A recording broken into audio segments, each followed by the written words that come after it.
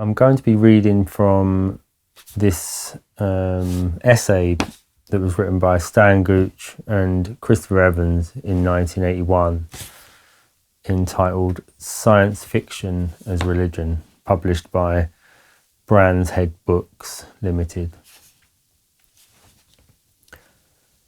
Science in general refuses to speculate, proffering to its adherents only those facts it considers to be established by virtue of the inductive method. It is useless to ask a scientist, in his working role, such questions as, why are we here? Or how could the universe come into being? For he will merely say he does not know.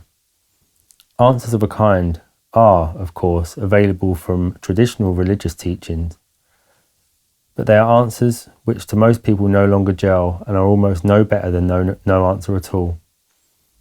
The gap between discoveries on the frontiers of science and their assimilation into some useful cosmological theory is already immense, and there is real danger that it may grow wider still. To the working scientist, of course, this is not necessarily alarming. He realizes that technology can easily outstrip philosophy, and holding himself to be a technologist, he is content to leave it to the philosopher to make sense of his discoveries. To the vast majority of mankind, however, who are still not yet scientists by any stretch of the imagination, but who are nevertheless steadily acquiring a more articulate curiosity which modern telecommunications only serve to titillate, this attitude is basically unsatisfying. In their heart of hearts, most people still want some fairly simple, reasonably logical answers to the questions that human beings have always asked. Answers which will ease the chill which we have all felt when, in the small hours of the morning, we wonder about life and death, time and space, creation and destruction. Such questions do need answering, and if science and present-day philosophy, currently obsessed with semantics and linguistics, seem unprepared to help, while the great world religions offer up only their outdated, time-worn and implausible concepts, then the field is ripe as never before for stopgap systems, pseudo-scientific philosophies, quasi-technological cults, and the new messiahs to emerge. They are in fact already here, and there is good evidence that their strength is growing. In particular, for the purposes of this essay, we have science fiction. Science fiction fandom is one of the fastest growing of these movements in existence. Can it be, one asks, that science fiction succeeds where science itself fails? The answer appears to be yes. SF is itself a surrogate belief system, though not of course the only one available. Others are ufology, Scientology, the Aetherius Society, Reichian orgone theory, and many, many more. Science fiction is not wholly identical with these from several and even major points of view. For example, it does not present itself as a belief system in the way that, say, the Aetherius Society does, but it does share significant common ground with the more overtly religious modern cults. In turn, these share a good deal of common ground with science fiction. We shall need to look both at science fiction as religion and at recent religious movements as science fiction. They seem to be but two sides of the one coin. But let us first consider man's apparently dynamic need to believe in something which normally is manifested in religions. In his writings on psychoanalysis, Freud suggested that the nervous system, or the mind, possesses a fund of what he termed free-floating anxiety. This, he claimed, is anxiety present by construction in our mental constitution, which is, so to speak, looking for a home. It has to be used up, or more correctly, it has to be invested, and in this way it becomes tied up or encapsulated. Though this encapsulation does not actually get rid of it, we know where it is, and thus we have its measure. If left to float free, this anxiety becomes diffused throughout all kinds of situations and behaviours, leaving us permanently on edge and generally incapacitated. With the notable help of C.G. Jung, it is also possible to think in terms of a free-floating will to believe and to employ this as a useful analogy.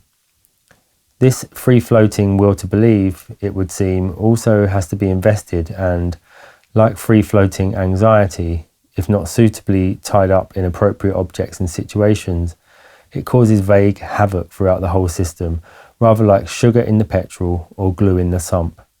Certainly, Jung goes a good way towards such a view in his Flying Saucers, a Modern Myth. He noted that every reported sighting of flying saucers and every account that suggested that they might actually exist was avidly devoured by the general public, but that any suggestion that they did not exist was steadfastly ignored. He concluded that such events, UFO sightings, were badly needed in psychological terms. They were visionary rumours of some deep-seated lack of Malay in the human psyche.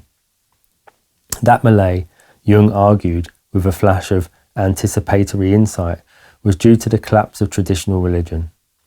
In the terms we have used earlier, one could say that the free-floating will to believe, which until quite recently has been successfully invested in traditional religion, was now on the loose again and looking for a home.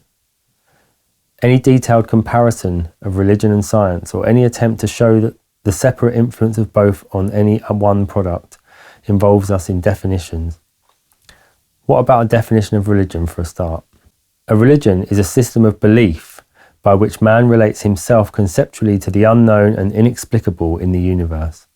Science, on the other hand, is a way of examining the universe to see how we can manipulate it and predict it, and as a consequence of these operations, build up a model to explain it. In a paper one of us, Christopher Evans, wrote on Scientology in the American magazine The Humanist, the following criteria were set up which any movement claiming to be or accused of being a religion must largely meet. 1. A religion must be backed by a group of substantial sires who share a common belief and do so because they want to or because they find it acceptable for some reason, and not because they are forced or tyrannized into doing so. One would also expect a religion to have a founder or messianic figurehead from whom the belief system originally stemmed, though this would not be an absolute necessity. 2. The religious belief must give fairly clear-cut answers as to the nature of the universe, how it came into being, and why. Clear-cut, of course, has a relative meaning that is dependent upon the sophistication of the society of which the religion is a part. 3. The belief system must explain the nature of man, how he came into being, and why. 4. A straightforward answer must be given to questions concerning the fate and destiny of man, in particular, what happens to him after his death. 5. The religion must offer to its followers a comprehensible yardstick for assessing the nature of good and evil and provide individual guidance on moral issues relating to these dimensions. It is hardly necessary to add that the question about whether a religion is a religion is not affected in any way by whether or not any of the beliefs held in items 2 and 5 are correct or not. It is a characteristic of all religions that their followers believe, not surprisingly, that their own systems are correct, and that if inconsistencies exist, they are due to the irrationality or lack of insight of the followers of other belief systems. Having set up these 5 criteria for assessing whether or not a system is a religion or not, there are 2 further points that need to be made. As we have said earlier, until roughly the middle of the 19th century, questions about the meaning of existence, the purpose of the universe, the why are we here of life, were answered by mainstream religion. From the mid-19th century on, however, the rapid evolution of natural science, perhaps most notably the triumph over the scourges of disease, but there were many elements, began to weaken the traditional answering role of religion. Sciences, such as astronomy, for example, were beginning to give some of the actual details of how the universe evolved. One no longer had to appeal, in the first instance, to the mysterious agency of a powerful God. Not only did science become as good an answerer and then a better answerer of questions on fundamental matters, but the answers it gave were very different from those given by religion. A credibility gap was opening, a gap that is still widening, although the position is not simple, for it seems, paradoxically, that the more science discovers, the less it is able to explain. That problem aside, the split between science and religion, at this stage, is a formidable one. This split between science and religion is the first point. The second point is a reversal of the position, or rather, it seems to be more of a would-be reversal than any true resolution of the split. For the period we are now entering is one of a surge of new cults and religions that have a significant and unmistakable quasi-scientific ring. It seems that modern religious strivings can only find satisfactory expression in the terminology of fringe and pop science. The very name Scientology, a minor but growing religious movement, argues a melding or blending of science and religion. Nor is that process in any way merely confined to titles. Whether we look at Scientology, ufology, the Aetherius Society, to Reich or to George Delawar's radionics, we find a preoccupation with technological gadgetry. The Scientologist has his E-meter, which plays a significant role in the training of the auditor and the advancement of the pre-clear up the many-runged ladder to the highest strata of the movement. Followers of other movements favour various other technical aids. These may be as straightforward as the camera or telescope in the case of ufologists, or as boldly offbeat as the spiritual energy radiator employed by members of the Aetherius Society during times of crisis. In most, if not all cases, the gadgetry serves as quasi-scientific equipment whose physical reality is inarguable but whose role is comprehensible and meaningful only to individuals embroiled in the movement itself. The E-meter, for example, is a piece of apparatus which may easily be described in the terminology of mechanics or electronics, but whose value in the psychological role claimed for it would be a matter of scientific dispute. The same presumably is true of the spiritual energy radiator. The enthusiasm for devices as such is not hard to understand. To most people, any bit of technical apparatus, provided that it has a wheel turning, a light flashing or a needle wagging, is immediately exciting and somehow true on its own. This is particularly true when the individual himself has a limited scientific background. Then the mysterious apparatus acquires an aura of profundity which serves as the physical equivalent of the specialized jargon on which so many movements rely. The E-meter and its analogues are actually their implicit obeisance to the machine age, an unconscious recognition that the icons of today must be cast in the image of jet engine, television set and digital computer. The gadgets I've cited are intended as technical aids and are treated as such by their operators. They are not, as the US Food and Drug Administration found to its embarrassment in its clumsy and ill-advised assault on the E-meter, sold or promoted as therapeutic devices. Nevertheless, complicated and incomprehensible equipment has found its way into quasi-medical areas and has there formed a strong platform for various cult-like activities. The best examples are those devices which have lately acquired the generic term of black boxes. They are important because, while few actually have cults built around them, all have acquired cultish significance. At heart, they are all really doing the same thing, seeking to demonstrate or prove the existence of some independent mental or psychic process, some élan vital or spiritual component in man. Occasionally, the veneer of science is superficially convincing, but it is never necessary to scratch deep before the true nature of the material reveals itself. One is simply being reminded that man is both flesh and soul. Why should it be, at a time when religion and science proper have never been further apart, that a proliferation of cults arises whose main function seems to be to bring the two together? Perhaps the answer is itself tied up in the question. Perhaps the unpleasant truth is that we are seeing an attempt at putting science and religion together again before it is too late. Before, that is, the human mind tears itself into never-to-be reunited fragments in a kind of global schizophrenia. This is strongly put, but perhaps not too strongly. One further example of this almost frenzied desire to reunite science and religion should be given. The following account is taken from Cults of Unreason, 1973, and concerns material actually published by the Aetherius Society, a minor religious group based in London and Los Angeles. As we see, it reads more like science fiction than orthodox religion, but classical religious themes can be seen running through it. One of the principal and by no means least exacting duty members of the society is to participate in frequent bouts of activity known as spiritual pushes.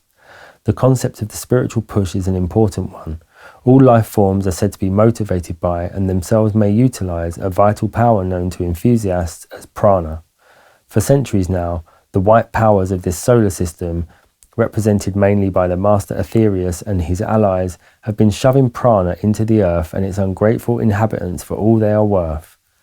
The main method of doing this is to bring a giant spaceship, the one generally used is known as Satellite 3, which is some miles in length, into a tight orbit around the Earth, where it acts as a base for a push of vital energy.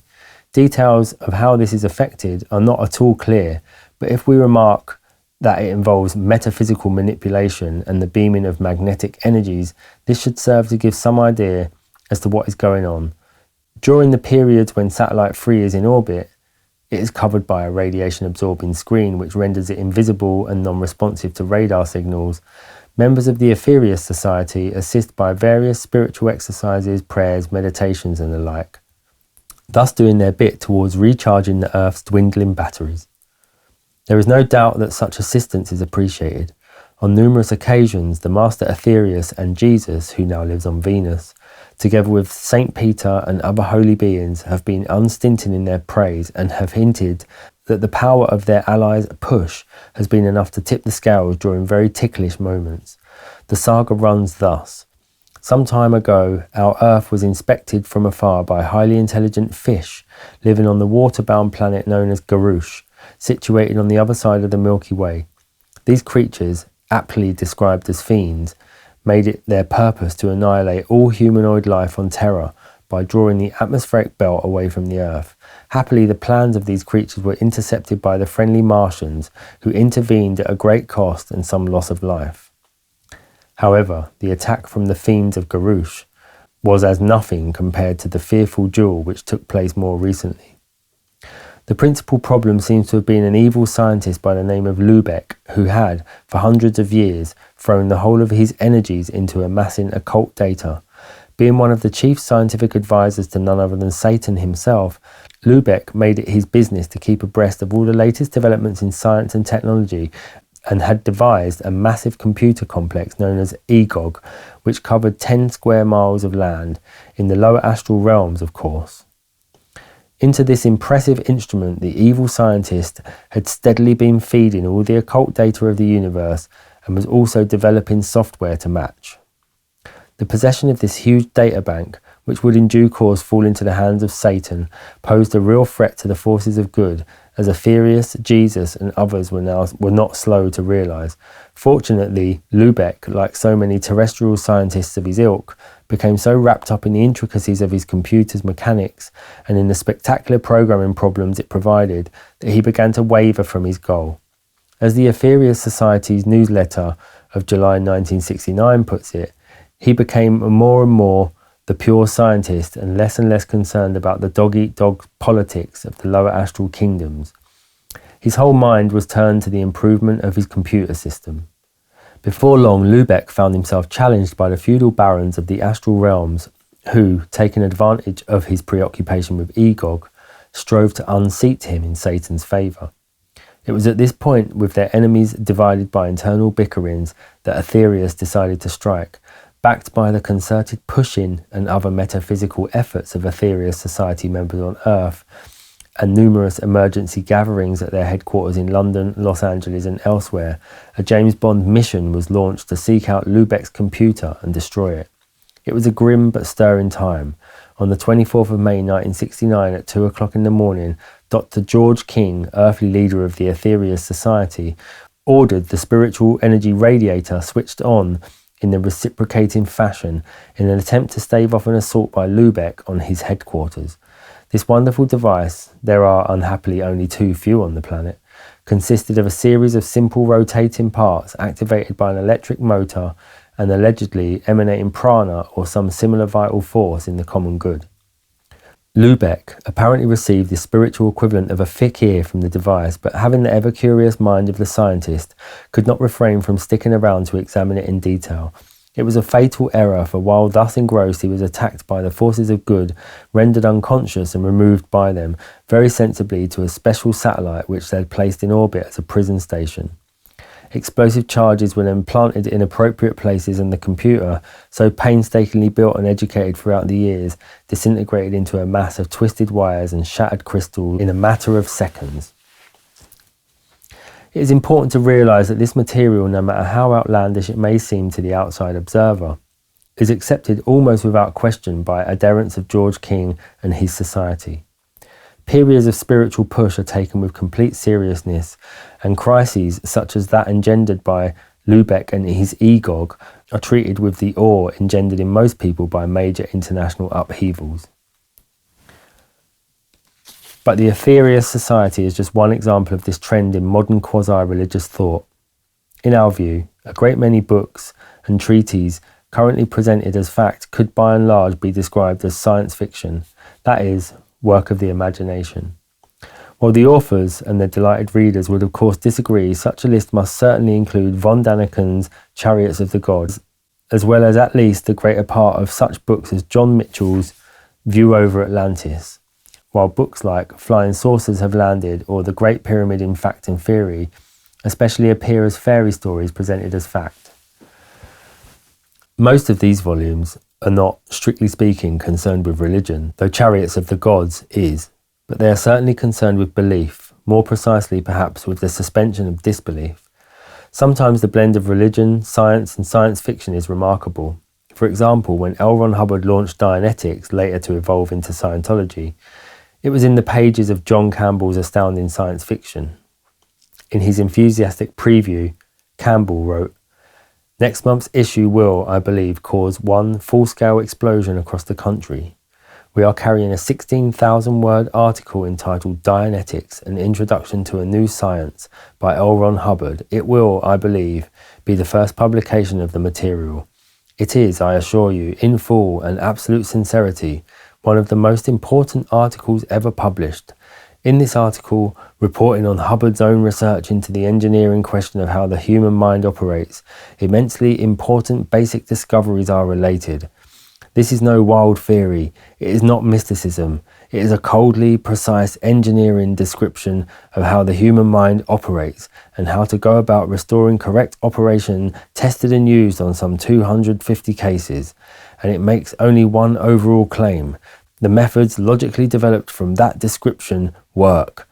The memory stimulation technique is so powerful that within 30 minutes of entering therapy, most people will recall in full detail their own birth.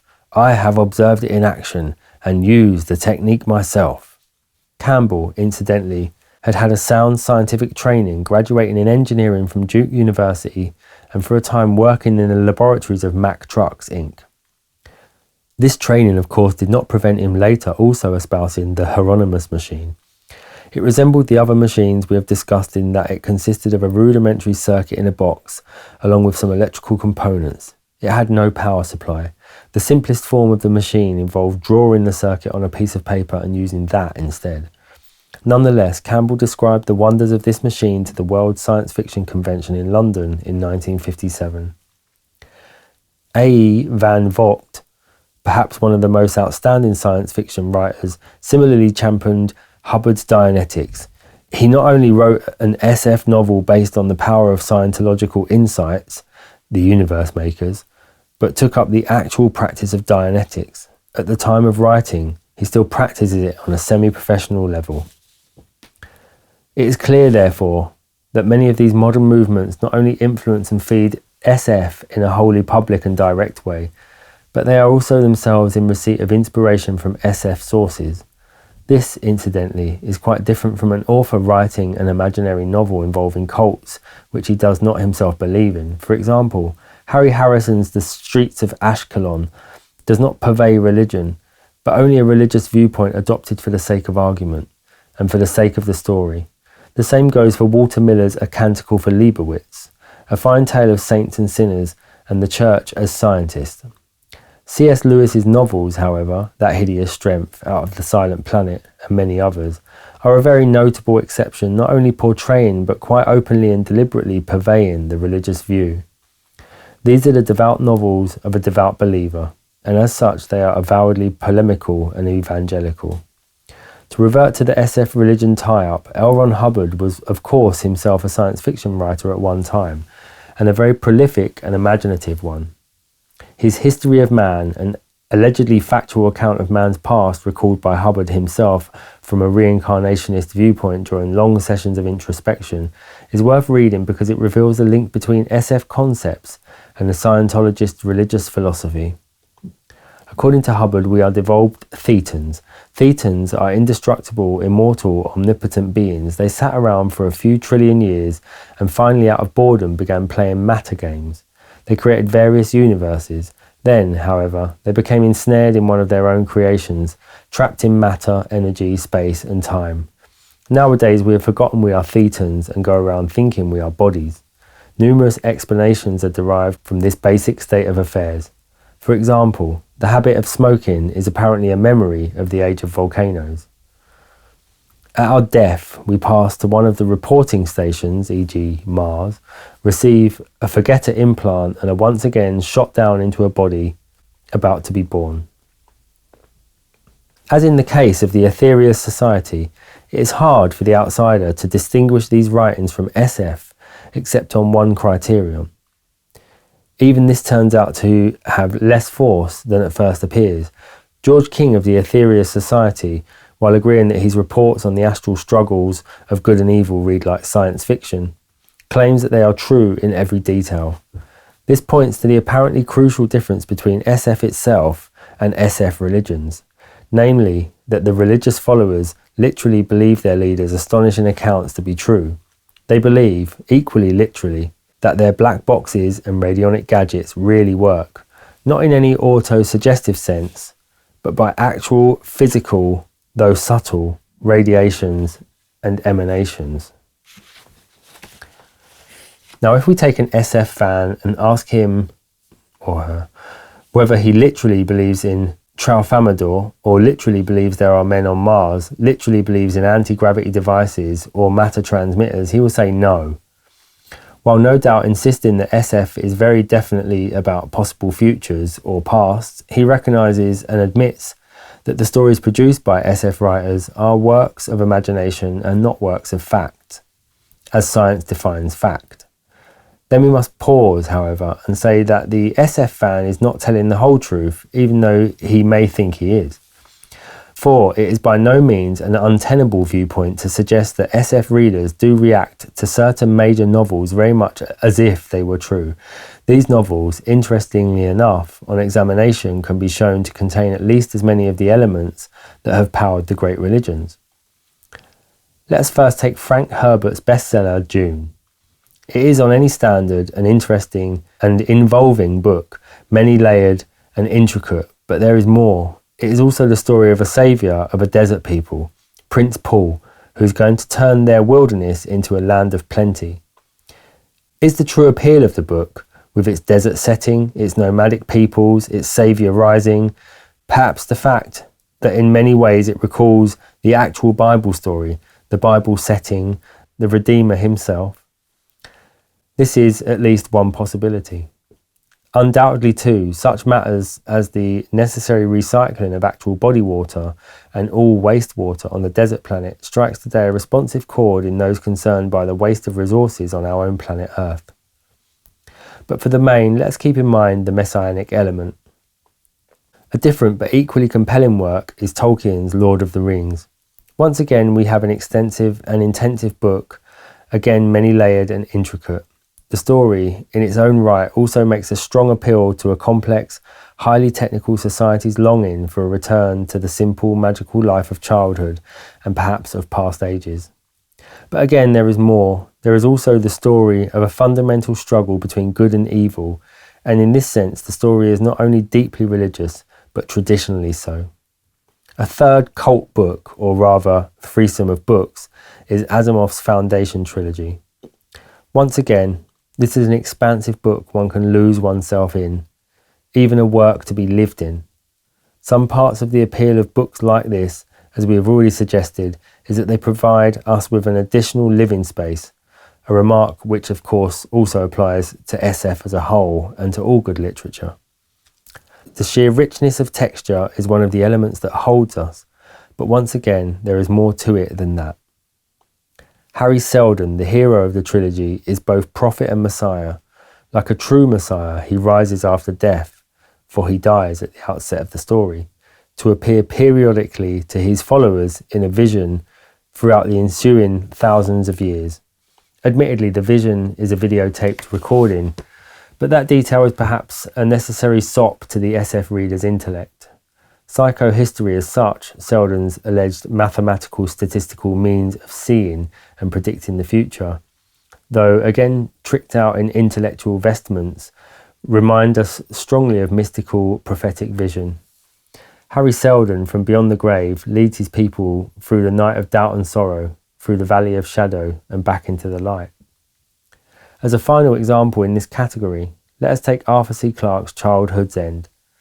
This is a shorter book than the others mentioned, though certainly no less ingenious and enthralling. What we have here, and really manifestly so, is the story of the spiritual rebirth or awakening of the human race. In the change, at the end of the book, the dead, corrupting, outlived bodies of the children yield up the soul of man, as does the transcendent body of the planet itself. The spirit of man abandons the body of man and moves off, in possession now of immortality and infinity in search of its destiny. To utter the next remark is to do the book a great injustice, but the storyline is, after all, the ascent of man to heaven.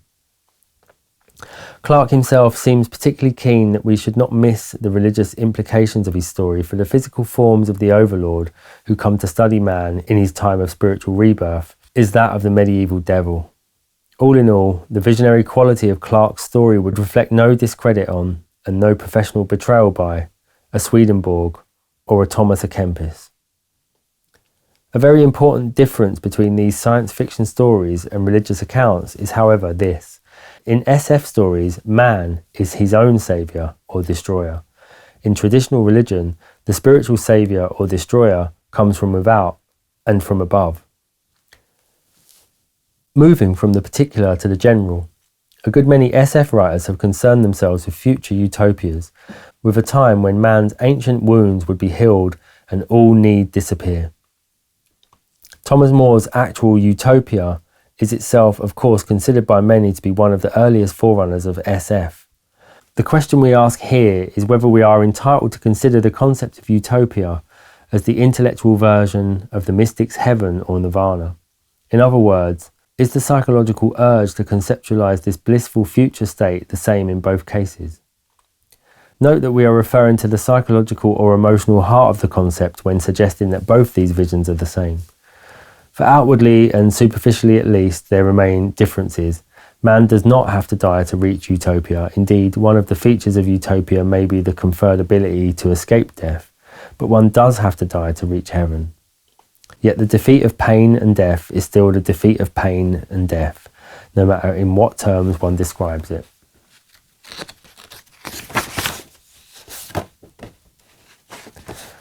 True, the utopia of SF often has one important flaw. It is wholly a standard concept that while 99.9% of the population is blissfully happy, one or two individuals seek to escape from and change the perfect structure.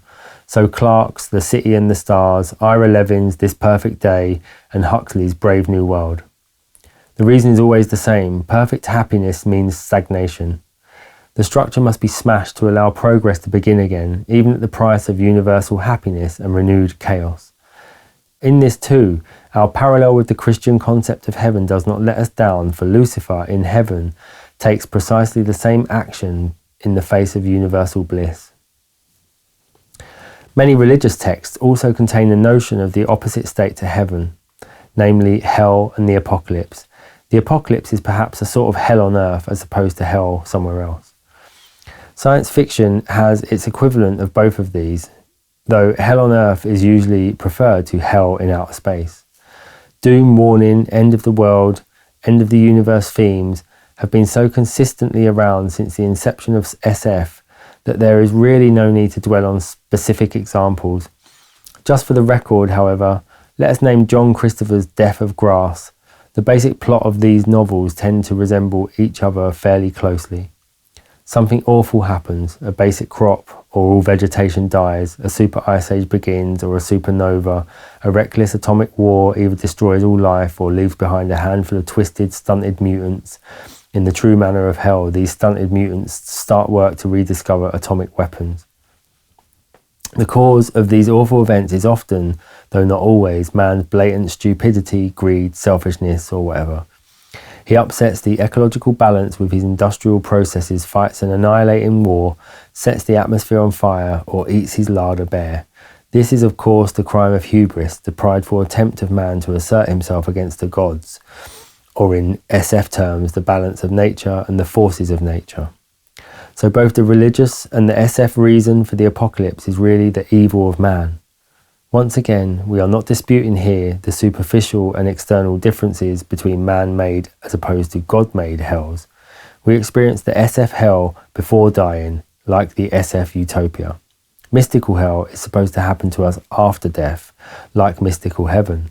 But the psychological and emotional motivation, the underlying unconscious guilt perhaps, that lies at the back of these negative visions may be in both cases the same.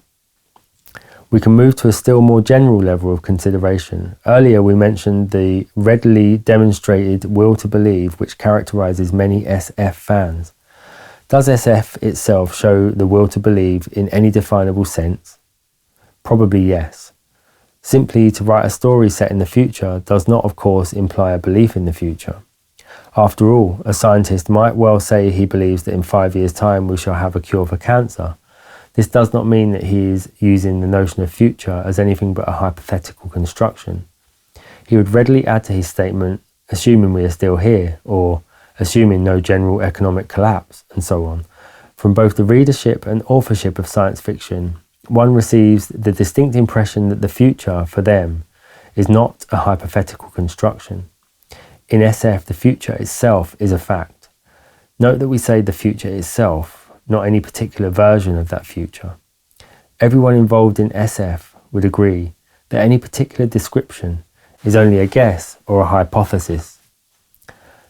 But that man, beyond doubt, has a future of some kind, be it pleasant or unpleasant, is not questioned. The belief in the future, or in a future, is the article of faith.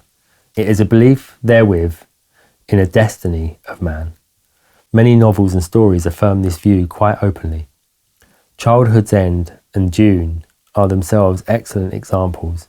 The view that SF believes in the destiny of man, that SF is the destiny of man, has been expressed by many writers.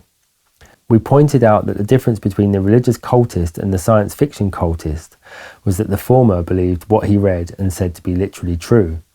It seems clear, however, that for SF cultists also that which is actually a hypothetical construct, the future, is literally true. We have thus reached a point where the one sure distinction between religion and SF is beginning to look very unsure, nor can one stop here. The psychological aim of modern religious movements of the kind we've been describing seems to be to unite religion and science. Does science fiction have the same aim? If we are willing to change the terms of definition slightly, the answer must be yes. The psychological aim of SF seems to be to unite science and imagination, or science and wonder. The two, modern religion and science fiction, therewith seem to be struggling towards a common meeting point, though they have as yet not reached it. Also, they are approaching it from opposite directions. Religion is aware that it has lost credibility, that it fails to meet the challenge of intellect. It is striving, however inadequately at the moment, to remedy the defect. Similarly, science fiction is aware that science fails to meet the challenge of emotion and experience. Science fiction strives, however inadequately, to infuse those elements into scientific frameworks or cosmologies. Science itself, of course, can have no sense of wonder, though some scientists manage to have it, and is concerned with such dull matters as dependent variables, repeatable experiments, and with the way things are, not the way things should be. It is concerned only with how, never with why. Yet, nevertheless, science does satisfy something in the human psyche which religion alone cannot satisfy. And, as indicated, the converse is equally true. It is not enough to say that science fiction differs from science only in that the former is literature and the latter is fact. Science fiction is in no way just science in story form, and some of the science of science fiction will not bear too close scrutiny. Nor is it enough to say that science fiction in turn is just literature. SF has qualities by no means found in all literature, the sense of wonder, for example. A detective story has no sense of wonder. Science fiction, moreover, is deeply concerned with man's potential. Much literature is concerned only with man as he is, and it appears to us that those several qualities which are special to SF and not to literature in general are those very qualities which SF shares with religion. At this point, let us refer back to the 5 criteria of religion given earlier. It does seem, after all, that science fiction can fully meet most of them, and at least partially meet the remainder. Item 1 is fairly straightforward. The devotees of the SF cult require no forcing. The founding fathers are, perhaps, Jules Verne and H.G. Wells. Their mantle falls on all SF writers who are the priests and custodians of SF beliefs. The reader is possibly the disciple. In respect of items 2, 3 and 4, although SF gives many answers in each case, as opposed to the answer of a traditional religion, it certainly can in no way be said to duck these issues. Item 5 is perhaps the only one that SF as a whole is inclined to avoid. Nonetheless, as we have seen, individual writers are concerned and others are becoming increasingly concerned about such matters as morality, the heart, so to speak, as well as the head of man. Let us say they are working on it. One of the recent commandments formulated by SF and taken up vigorously by science fact is thou shalt not waste. Another, hopefully, is thou shalt not overpopulate. Science fiction undoubtedly has a messianic function. It plays John the Baptist to the certain coming of the future, be that utopian or apocalyptic. It insists that the future is a fact, regardless of its philosophical non-existence. But in its major messianic role, will SF, like John the Baptist, in time talk itself out of a job? To remind humanity constantly that one day we shall face aliens from outer space ceases to be a very productive occupation once the aliens have arrived. In the same way, speculation about the atmosphere, flora and fauna of planets around other stars will become a trifle empty once we have actually seen and explored a few thousand such. So it may be, or perhaps the future of SF will be as infinite as infinity itself. In summary, as one of us has described in more detail in Cults of Unreason, modern religions seem to find it necessary to take unto themselves all the gadgetry of modern science, computers on the astral plane, gods travelling to Earth in spaceships, and so on. In a less obvious way, it seems that science fiction is finding it increasingly necessary to smuggle in human values and moral issues by the back door. The conclusion is that powerful emotional factors are at work, pushing human affairs in a definite direction. We have in our time witnessed religion turning itself into science fiction. Are we now witnessing science fiction turning itself into religion? And if so, can we at least expect science to turn itself into science fiction?